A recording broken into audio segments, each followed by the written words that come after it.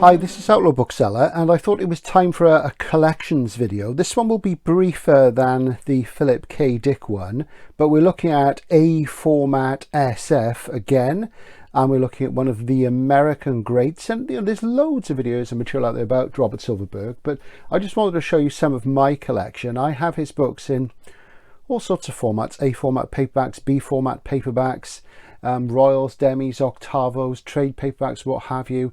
And he's enormously prolific, and in his key period, which is kind of between about 1968 and 1976, he was just arguably the best science fiction writer in the world. And he's somebody I read when I was very young, but I think I neglected him, and I didn't really become a major fan until the early part of this century, despite being blown away by books like The Man in the Maze, which was, I think, the second one I read. The first one I read was Terror of Glass. And in the 80s, I was blown away by the magnificent Time of Changes. And the good news now for Silverberg fans is that, or for people who've never read him, it's even better news, is that his sort of four key major books are back in print in Golanc's Masterworks. And they are, and I'm sort of going to go in order here. At the top, I would say probably his best book is the wonderful Dying Inside, which is just magnificent. And, anybody who says the genre SF can't be art needs to read that and get with the program. And then I would probably cite The Book of Skulls, which I think is amazing, would make an incredible film or TV series. And what I really love about that book is that its genre status is impossible to pin down.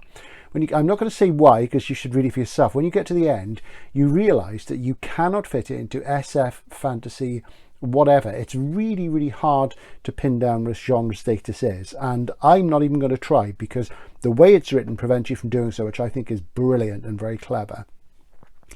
Also, you can get Downward to the Earth, which is a marvellous Conradian book about redemption.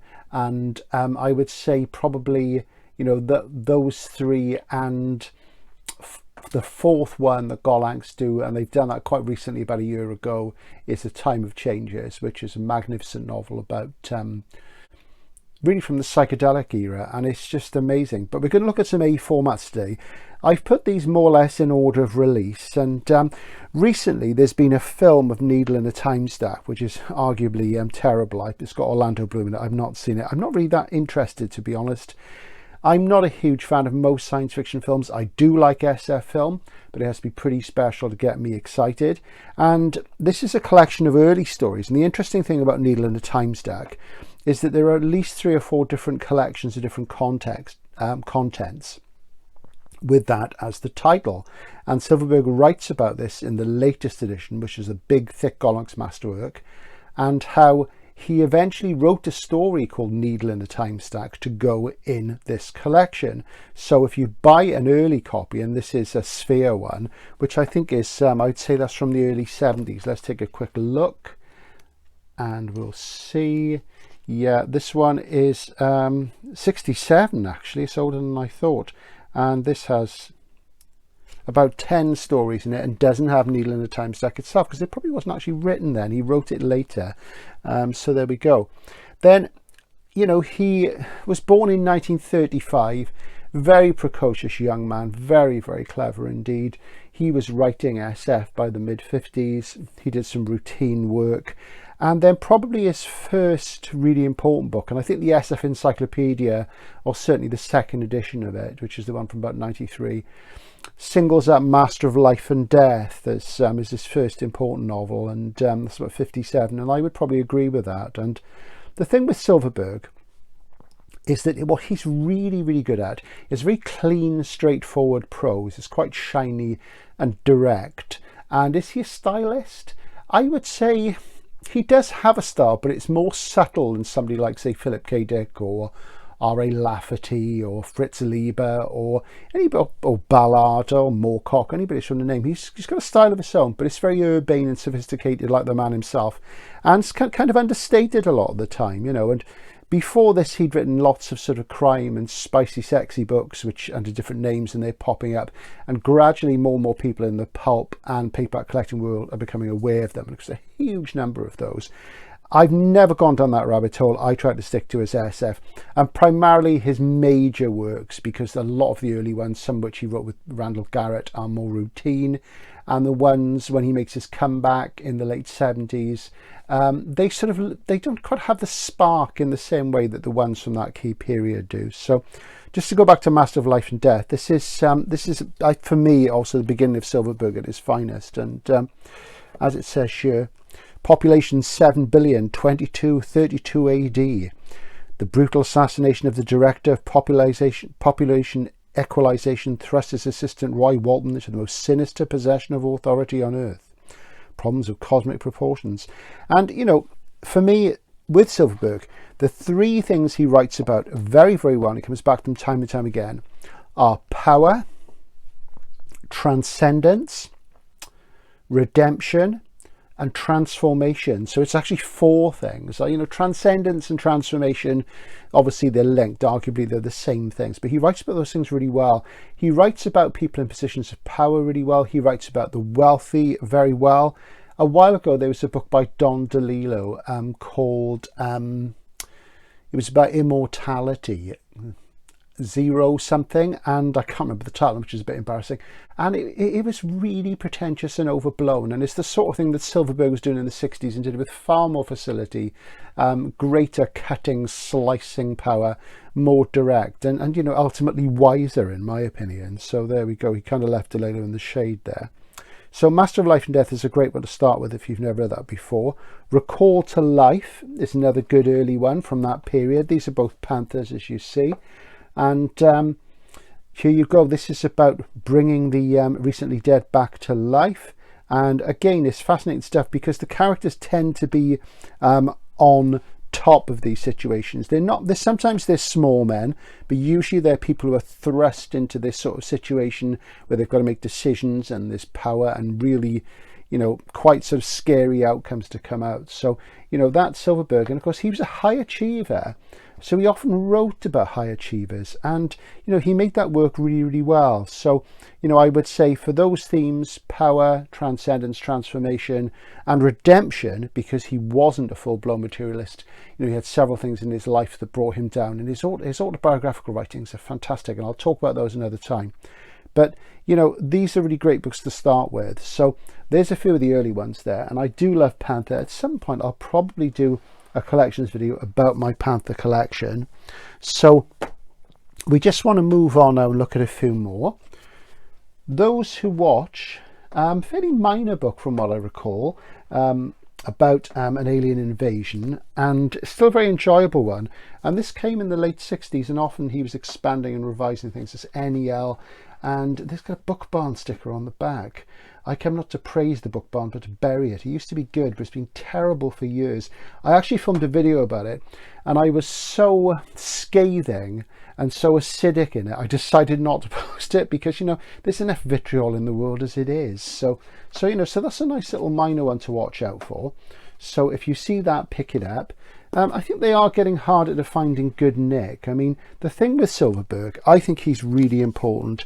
I think he's almost as important as Philip K. Dick, arguably, you know, as important, because I think the big problem these days with certain writers, and I would put Dick and Ballard amongst them, is that they have a very large presence in the mainstream. And by that, I mean their work has been accepted almost as part of the modern canon.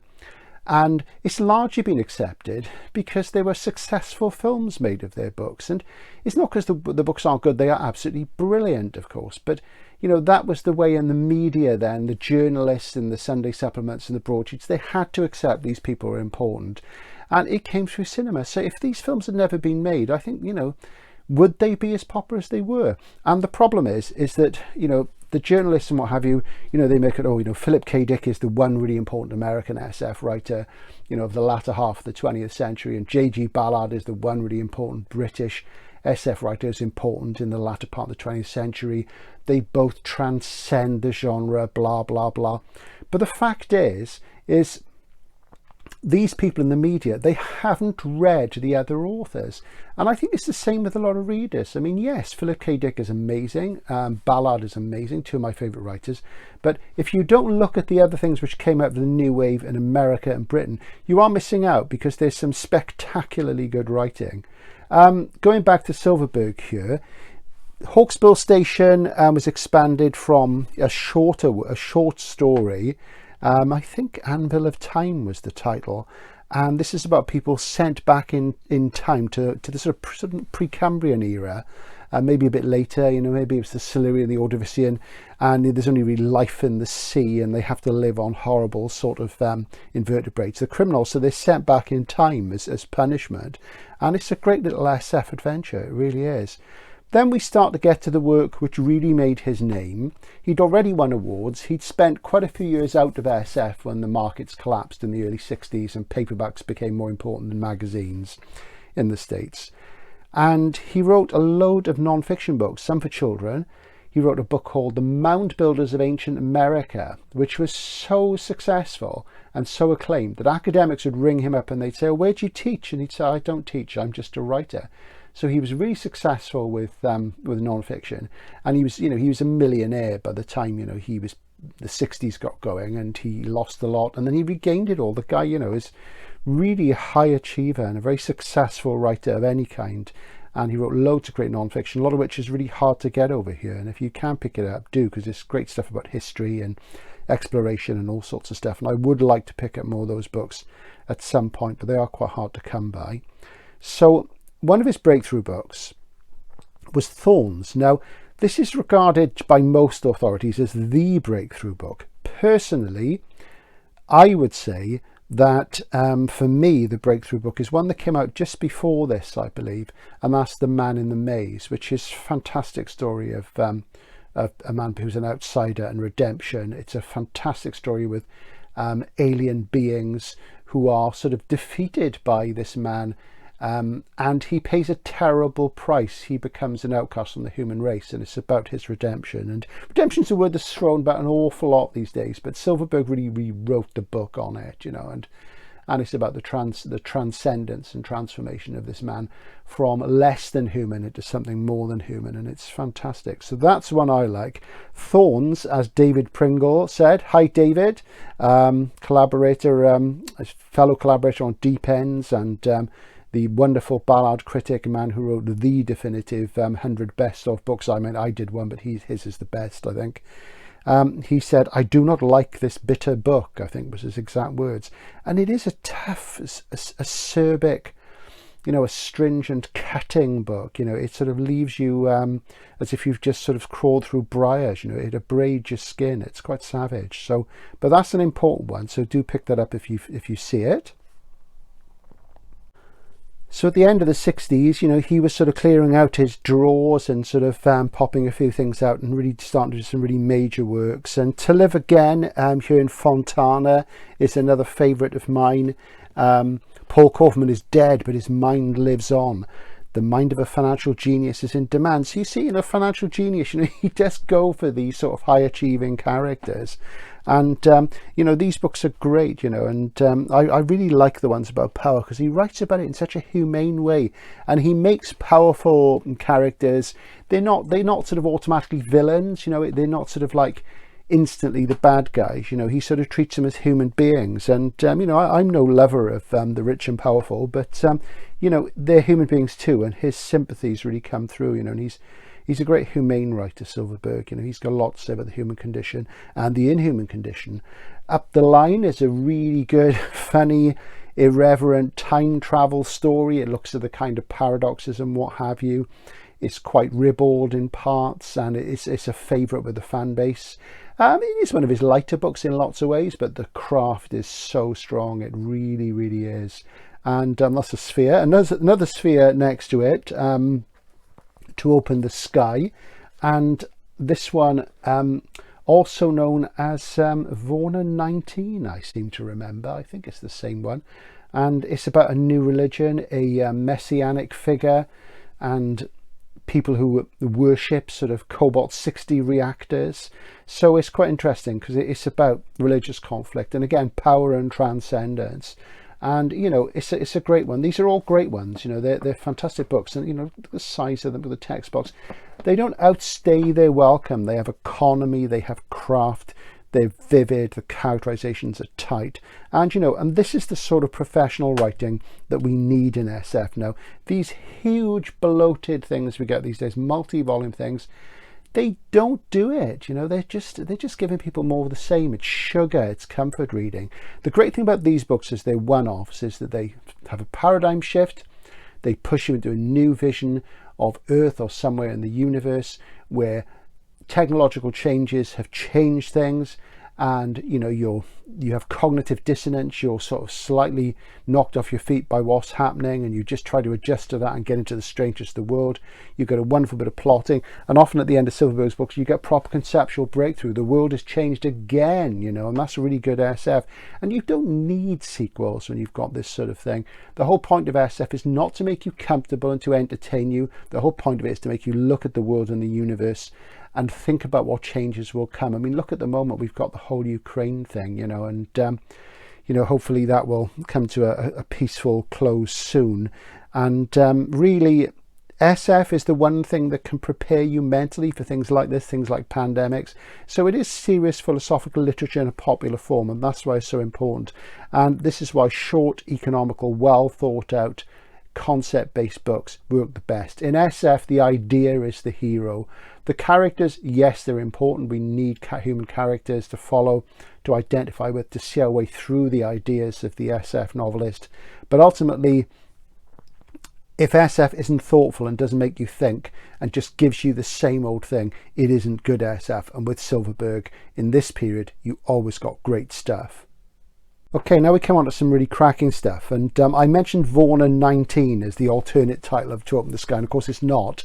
This is Vorna 19. That's some Masks of Time. That's a Gollancz edition from the late 80s with a cover by the wonderful Jim Burns. Hi Jim, who's my mate on Facebook and a very fine man he is, and you know, great stuff. It's a great shame a lot of Jim's best work only ever appeared on A format paperbacks, and that was great for A format paperbacks, but often it didn't appear on, you know, larger format hardcover jackets. Some of it did, some of it only in the States.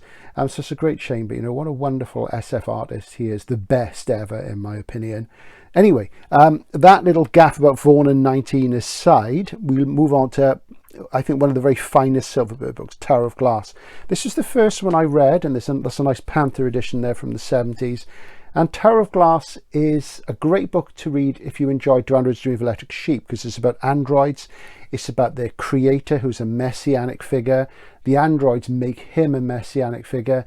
You know, there's quite a few things in Blade Runner and in Blade Runner 2049 particularly, which remind me of Tower of Glass. And I would say Blade Runner 2049 is probably more like Tower of Glass than it is like the Dick novel.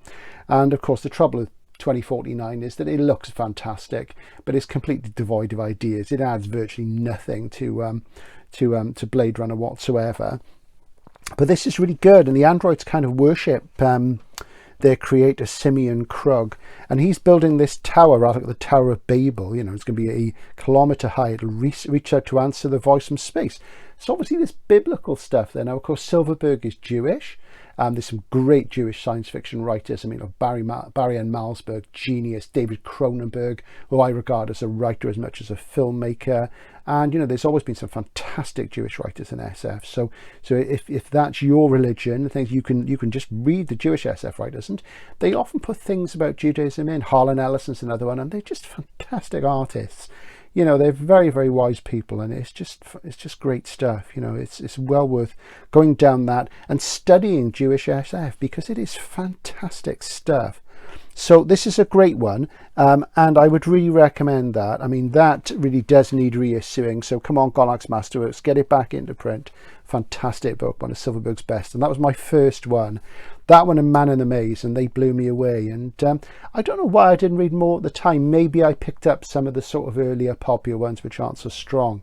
Son of Man, a product of his time, reminds me of Voyage to Arcturus by David Lindsay, a very famous book which is now in Penguin Classics SF. Son of Man's very, very trippy, very psychedelic.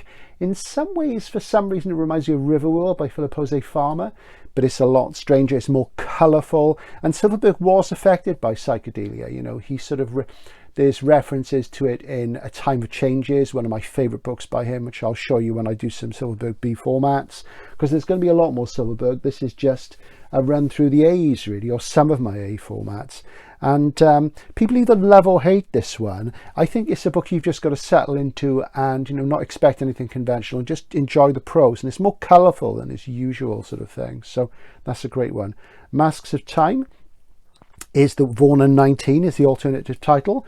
And it's about a mysterious figure who appears, and it's Christmas Day and he lands on the Spanish steps. And, you know, you get this sort of Catholic thing there, more about religion. So again, you see these themes of power, transcendence, redemption coming through again and again and again. And on the back of this is there's a little blurb from Lagan, who says, probably the most intelligent science fiction writer in America. Boy, ain't that the truth, you know, Silverberg, he's a pretty sharp cookie and then some. So that's a great one, a messianic one there. And, you know, some of these I've only read once. I really do need to read this again because it was fantastic. But, you know, really great stuff. You can't go wrong. Get out there and start buying these now, kids. Final selection for today. There's 3 in the pan lozenge. You would have seen these in my pan lozenge video, which if you haven't watched, do watch it. It's about an hour long. It's one of my longest videos. And I look at the wonderful beveled edge lozenge. I call it a lozenge because I don't know, I think that seems right to me. You know, you have a sweetness, beveled edges, and this wonderful silvery thing, this fantastic typeface. It's so modern, and I don't mean contemporary, I mean modern. That period and lasted till about the 80s. These are from the 70s, early 80s, and they instantly scream the modern at you, and they're fantastic. And talking through them, Down with the Earth, I say, is a major, major work, reminiscent of Conrad. It's about a man going back to a planet where 2 vaguely symbiotic species, he feels that they were exploited by Earthmen, and he goes to sort of pay penance. And it's a bit like sort of Heart of Darkness in reverse, and it's a very wonderful, wise book, and it's really, really something. So, you know, it's the sort of thing that has a spiritual feel to it. And I don't use the word spiritual very often. I don't really know what spiritual means. I am a bit of a hard-headed rationalist, but, you know, Silverberg has spirit, and you know, he sort of uses this to recognize the fact that people and places and non-human beings often need to heal and heal each other and be healed. So it's a really important one. So great one. I see you can get that in Golic's Masterworks. The Second Trip is again quite psychedelic, psychological, very sort of brutal, I seem to remember, a bit like Thorns. It's an abrasive book, you know, it'll sort of like scrape your skin off. It's quite a nasty one, but very, very sort of exciting and vertiginous and superb stuff. And I just love that title, The Second Trip. It tells you everything and tells you nothing. You're sucked in by it. Titles are important things, you know, and in SF you really should have great titles, and that's a fantastic one. Capricorn Games is a short story collection from the end of the 70s, and, you know, again, superb SF title.